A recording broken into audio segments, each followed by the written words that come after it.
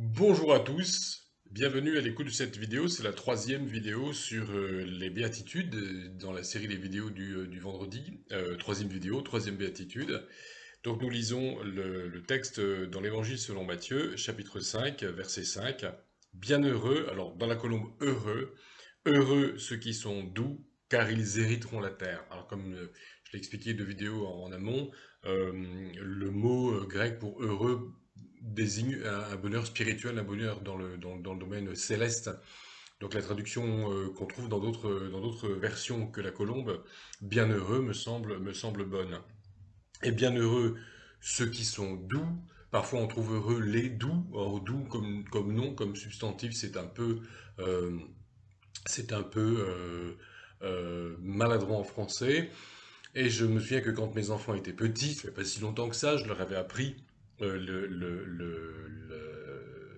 béatitudes, je leur avais demandé de l'apprendre par cœur, ça faisait partie du passage biblique qu'ils devaient connaître.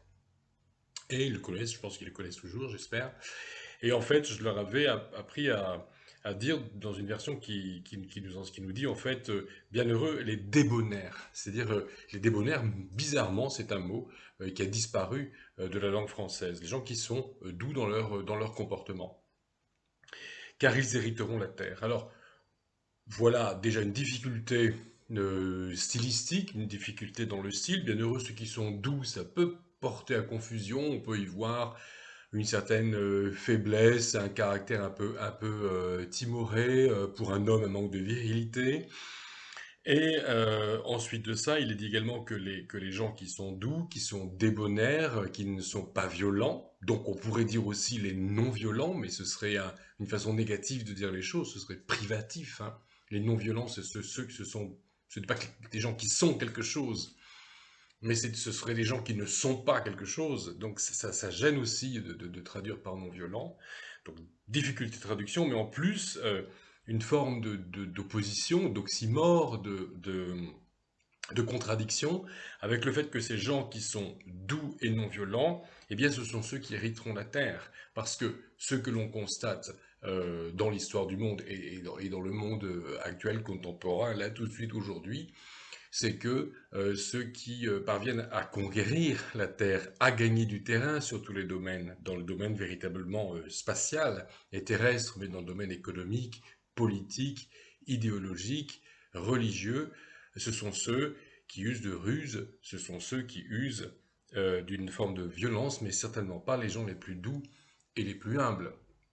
Et même dans la chrétienté, les formes de chrétienté qui se sont le plus facilement répandues qui s'imposent le plus facilement, ce ne sont pas les aspects de la chrétienté les plus débonnaires, les plus douces, les plus modestes et les plus humbles. Ce ne sont pas celles qui sont le plus dignes de se réclamer du Christ de ce point de vue-là. Et pourtant, ce texte de Jésus, cette troisième phrase prononcée publiquement par Jésus dans les Béatitudes, nous dit bienheureux ceux qui sont doux, après avoir dit heureux les pauvres en esprit, heureux ceux qui pleurent. Il nous dit bienheureux ceux qui sont doux, car ils hériteront la terre. Alors, comme je le disais, il y a une difficulté de traduction. Le mot non violent que j'aurais euh, préféré à une époque pour parler de ces débonnaires, hein, eh bien, c'est justement un mot qui me gêne du fait de son caractère privatif. Et il y a quand même une chose qui me gêne dans ce terme de non-violence, c'est qu'il est hérité des philosophies orientales. Alors, je n'ai rien de particulier contre les philosophies orientales, les religions orientales, je n'y adhère pas. Moi, j'adhère à la foi chrétienne, j'adhère à Dieu par Jésus, et je me dis que c'est tout de même dommage d'aller chercher un concept ailleurs. Et de toute façon, ce concept, il est privatif. Alors, ce mot praos en grec, doux comme substantif, débonnaire, encore une fois, c'est très révélateur du fait qu'il ait disparu de notre langage. Quand on entend quand on prononce le nom débonnaire, je me suis rendu compte que certaines personnes qui connaissent vraiment très bien leur histoire de France au sens large, se souviennent que on a surnommé dans l'histoire le fils de Charlemagne, qui a été empereur d'Occident à partir de 814, Louis le Débonnaire. C'était le 9e siècle. Ça fait quand même, ça fait quand même. Il régnait en Occident comme empereur d'Occident et roi des Francs il y a 11 siècles, voilà. C'est comme ça que les plus cultivés d'entre nos semblables ont retenu ce mot de débonnaire. Il a disparu, voilà.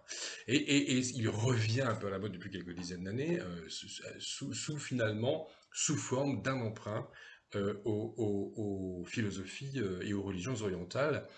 Et c'est quand même dommage, finalement, que nous, l'Occident de chrétienté, je ne te parle évidemment pas d'un Occident chrétien, mais que l'Occident christianisé, l'Occident de chrétienté, et soit passé à côté de ce message, non seulement d'humilité euh, que nous avons dans la première béatitude, mais également de cette notion de douceur que nous avons dans cette troisième béatitude.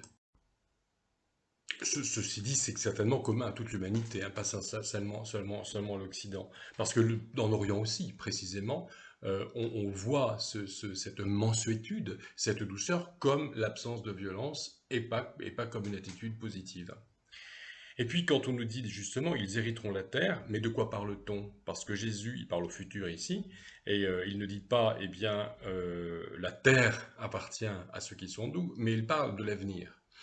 Donc il y a, encore une fois, dans cette béatitude, une dimension eschatologique, pour parler un peu plus simplement, une dimension prophétique, une dimension futuriste. Et il est clair que Jésus, dans son enseignement, aussi bien dans les évangiles, notamment Matthieu 24 et 25, mais également dans la révélation faite à Jean dans l'Apocalypse, dans les versets par exemple 19 et 20, où il est question de la fin des temps, 19, 20, 21, il est question du renouvellement de la terre, il est question du retour de Jésus, du millénium, du règne de 1000 ans après le retour de Jésus, et ensuite donc est une période de transition entre son retour et ensuite de ça, l'entrée dans la vie éternelle sur une terre entièrement renouvelée. Donc, à l'évidence, il y a dans cette promesse, bienheureux les débonnaires, ils hériteront la terre, une dimension prophétique. Pour l'avenir, eh bien, nous savons que les trésors de la vie éternelle sur terre appartiennent à ceux qui déjà ont fait la paix avec Dieu par Jésus et qui sont devenus doux et humbles de cœur, comme Jésus lui-même. Pour comprendre ce verset, donc cette troisième béatitude, il y a une parole de Jésus un peu plus loin dans l'évangile de Matthieu, au chapitre 11, verset 29, où Jésus dit: Prenez mon joug sur vous et recevez mes instructions. Alors, prendre le joug de Jésus, il y a vraiment l'idée d'être sous le même fardeau, mais aussi d'être épaule contre épaule avec Jésus. Pas simplement d'être un suivant, un peu comme un caniche qui suit son maître, mais de prendre un joug commun, ça prend tout de suite une autre tournure quand on s'empare du symbole. Prenez mon joug sur vous et recevez mes instructions, car je suis doux et humble de cœur, et vous trouverez du repos pour vos âmes. Alors voilà qui nous aide à comprendre non seulement cette troisième béatitude, mais aussi la première. Heureux ceux qui ont l'esprit de pauvreté, heureux les humbles, heureux ceux qui restent à leur place dans l'humilité et la modestie, et heureux ceux qui sont doux, qui usent de douceur et de mansuétude à l'égard de leurs prochains et dans leurs actes, dans leurs paroles, dans leurs attitudes. Et Jésus lui-même est doux et humble de cœur. Et c'est fantastique de penser que Jésus il est le Seigneur doux et humble de cœur, il est l'alpha et l'oméga, le Fils de Dieu, il est l'incarnation de Dieu, de ce Dieu de l'Ancien Testament dont on a l'image d'un Dieu vengeur, il est l'incarnation de celui qui a créé les cieux et la terre, et pourtant il est doux et humble de cœur, et cette humilité de celui qui nous demande à nous, ces créatures, de cheminer avec lui, épaule contre épaule, sous un joug commun, celui qui nous invite à sa suite, celui qui meurt pour nous sur la croix, celui qui a prêché sous- avec je dirais la population des gens les plus faibles et les plus humbles autour de lui, et surtout celui qui a vécu la flagellation, qui a vécu la crucifixion, pour nous, eh bien, il est doux et humble de cœur, il est le Fils de Dieu, et il nous donne pourtant cet exemple de douceur. Alors il y a une mise en garde également contre la fausse chrétienté qui ne fait pas preuve d'humilité et qui ne fait pas preuve de douceur. Cette fausse chrétienté dirigée par des gens qui font des grandes manifestations de puissance politique, de puissance financière, La fausse chrétienté qui, principalement dans le passé, mais pas uniquement, use de violence, et notamment, comme ça a été le cas pendant des siècles, de violence militaire, eh bien n'est absolument pas à l'image de Jésus. Et c'est ce texte de la des Béatitudes, qui est donc le premier, je le répète, le premier discours public de Jésus qui nous soit rapporté dans les Écritures, montre la quintessence de ce qu'est véritablement la foi chrétienne. C'est une foi qui prône la douceur, et puisque ce mot s'est imposé dans nos vocabulaires, la non-violence, on pourrait dire effectivement la douceur.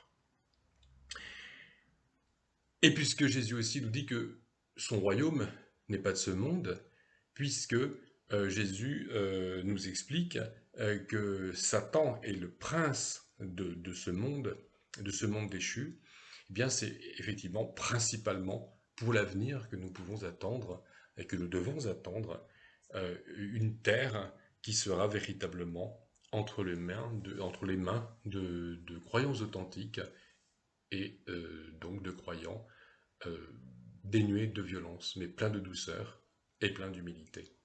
Que le Seigneur nous accompagne.